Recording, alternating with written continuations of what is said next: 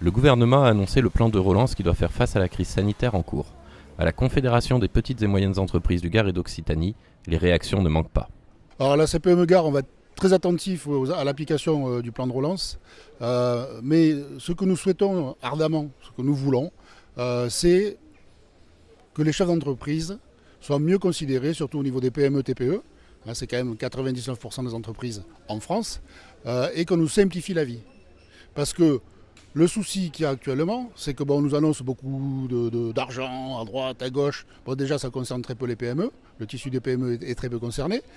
Mais surtout, on ne nous met pas dans une situation où on va créer de la valeur, créer de la richesse. Or, pour rembourser les PGE, pour rembourser les différents reports de charges qu'il y a eu, il va falloir que les entreprises créent de la richesse. Or, avec ce plan, on ne voit pas comment les CPME-là vont pouvoir créer de la richesse. En écho à cela, Samuel Sett, président de la CPME Occitanie, était en visite dans le Gard pour parler des problématiques actuelles. On doit se rappeler que 93% des entreprises d'Occitanie ont moins de 10 salariés. On est là pour s'assurer du bon calibrage de ce plan de relance. En quelle mesure va-t-il bénéficier à nos petites entreprises? Ça, c'est le premier élément. Et dans quel délai sera-t-il mis en œuvre? On a constaté qu'un certain nombre de dispositions s'appliquaient sur plusieurs années, 2021-2022. Pour nous, c'est beaucoup trop long. Donc il faut qu'on soit juste en place pour pouvoir répondre à ces attentes-là. Et on s'aperçoit aussi qu'il y a un certain nombre de choses, notamment sur la simplification administrative et sur la réduction d'un grand nombre de normes, qui n'auraient aucun coût pour l'État et qui pourraient grandement faciliter la vie des entreprises. Donc il y a des choses à revoir. Et puis il y a évidemment, comme vous pouvez l'envisager, la maturité du PGE, qui est peut-être à rallonger. On peut passer peut-être de 5 ans à 7 ans, voire à 10 ans, ou le mixer avec des prêts participatifs, des prêts d'idéaux de bilan, de manière à recapitaliser des entreprises qui, disons-le, sont aujourd'hui exsangues. Des idées que le syndicat d'entrepreneurs va faire remonter en national. Mais ce qui préoccupe plus particulièrement la CPME, c'est l'état de santé des chefs d'entreprise qui sont le tissu économique d'une région aussi vaste qu'un petit pays européen.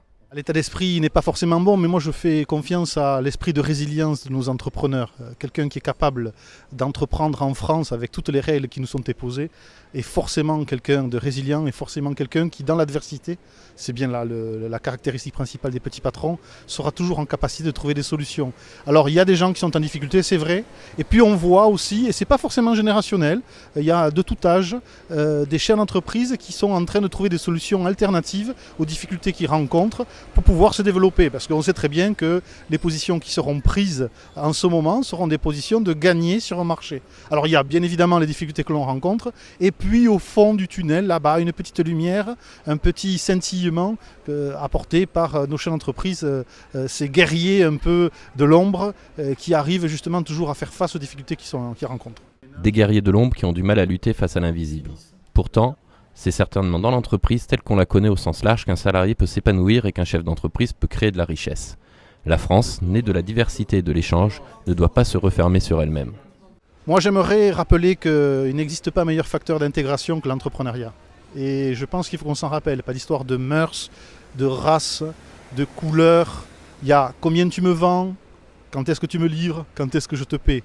Et je pense que l'ensemble des acteurs, que ce soit nos élus, que ce soit tous les échelons de l'État, devraient toujours rappeler y avoir quelque chose à l'esprit important, c'est-à-dire comment je peux favoriser l'entreprise. On voit qu'un grand nombre de jeunes ont de plus en plus envie d'entreprendre, mais les choses sont toujours aussi complexes. Je pense qu'on a un beau levier, on a quelque chose de possible à faire, à condition de se mettre tous autour d'une table et d'avoir cette volonté commune.